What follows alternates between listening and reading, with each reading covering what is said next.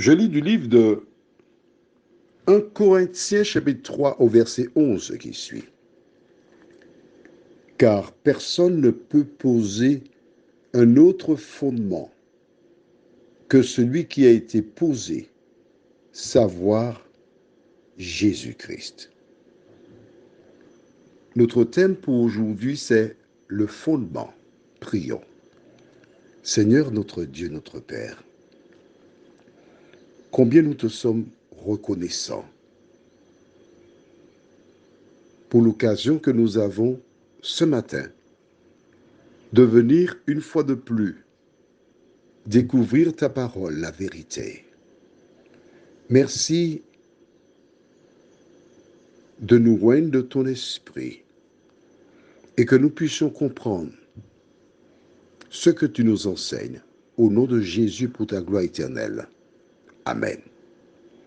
Tu noteras que ceci, c'est le verset 11 du chapitre.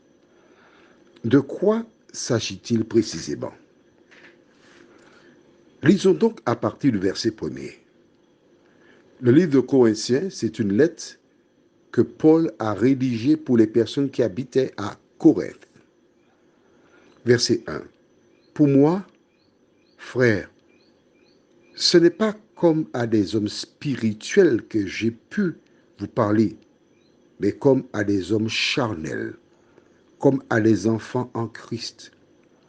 Je vous ai donné du lait, non de la nourriture solide, car vous ne pouviez pas la supporter, et vous ne le pouvez pas même à présent, parce que vous êtes encore charnels.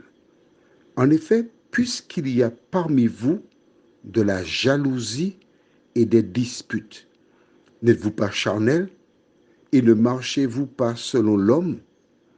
Quand l'un dit « Moi je suis de Paul » et un autre « Moi d'Apollos », n'êtes-vous pas des hommes? Qu'est-ce donc qu'Apollos? Et qu'est-ce que Paul? Des serviteurs par le moyen desquels vous avez cru, selon que le Seigneur l'a donné à chacun. J'ai planté, Apollos a arrosé, mais Dieu a fait croître, en sorte que ce n'est pas celui qui plante qui est quelque chose, ni celui qui arrose, mais Dieu qui fait croître. Celui qui plante et celui qui arrose sont égaux, et chacun recevra sa propre récompense selon son propre travail. Car nous sommes ouvriers avec Dieu. Vous êtes le champ de Dieu, l'édifice de Dieu. Je m'arrête ici pour expliquer ce que je viens de lire. Du temps donc de Paul, il y avait Paul qui remplissait la mission pour laquelle Dieu l'avait appelé, et il y avait Apollos. Et il y avait une rivalité, car des gens disaient « je suis de Paul », les autres disaient « je suis d'Apollos ».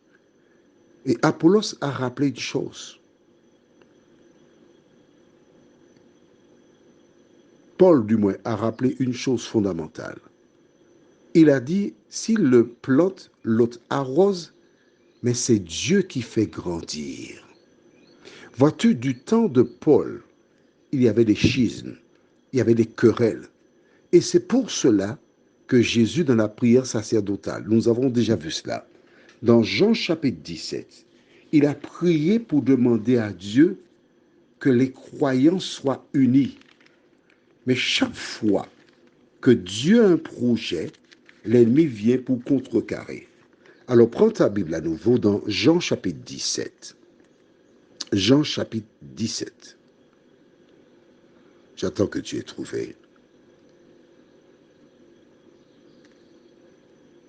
Tu as trouvé, c'est bon?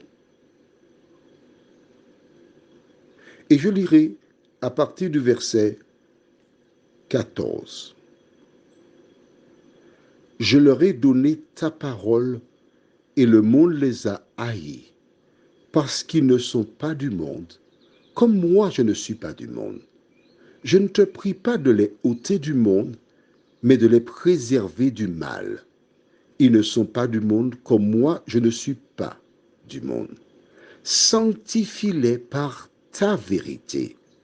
Ta parole est la vérité.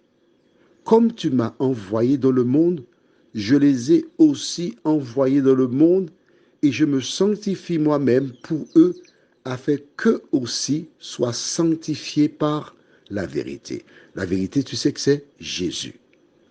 Ensuite, au verset 20, il dit, ce n'est pas pour eux seulement que je te prie. Donc, il fait allusion aux disciples, mais encore pour ceux qui croiront en moi par leur parole, afin que tous soient un comme toi. Père, tu es en moi et comme je suis en toi, afin qu'eux aussi soient un en nous, pour que le monde croie que tu m'as envoyé. Voici la prière faite par Jésus au livre de Jean. Après Jean, c'est Actes, Romains et 1 Corinthiens. Et dans 1 Corinthiens 3, on voit qu'il y a des schismes. Pourquoi? L'ennemi. Alors Paul dit dans les versets que nous venons de lire, verset 9, car nous sommes ouvriers avec Dieu, c'est-à-dire Apollos et lui, vous, les membres, êtes le champ de Dieu, l'édifice de Dieu. Attention, l'édifice, ou encore le bâtiment de Dieu. Selon la grâce de Dieu qui m'a été donnée, j'ai posé le fondement, c'est-à-dire le fondement, c'est parler de Jésus, puisque l'édifice, il a parlé de Jésus aux gens, ça c'est la fondation de l'Église, donc pas une pierre, comme un sage architecte, et un autre bâti dessus, mais que chacun prenne garde à la manière dont il bâtit dessus, car personne ne peut poser un autre fondement que celui qui a été posé, virgule, savoir Jésus-Christ. Le fondement de l'Église, c'est Jésus. Qu'est-ce que cela veut dire? Tous les croyants, c'est parce qu'ils acceptent Jésus qu'ils deviennent des croyants. Ils reposent leur foi sur Jésus. C'est lui, la fondation de l'Église de Dieu. Prions. Seigneur, nous te sommes reconnaissants pour ta parole qui nous dit que personne ne peut en aucune manière poser un autre fondement que celui qui a été posé, Jésus-Christ. Lorsque nous comprenons que c'est Jésus qui est le fondement, que nous marchons les yeux fixés sur lui, rien ni personne ne pourra nous décourager. Seigneur, merci de nous entendre, nous t'en prions. Au nom de Jésus et pour ta gloire éternelle. Amen. Je te souhaite une bonne journée.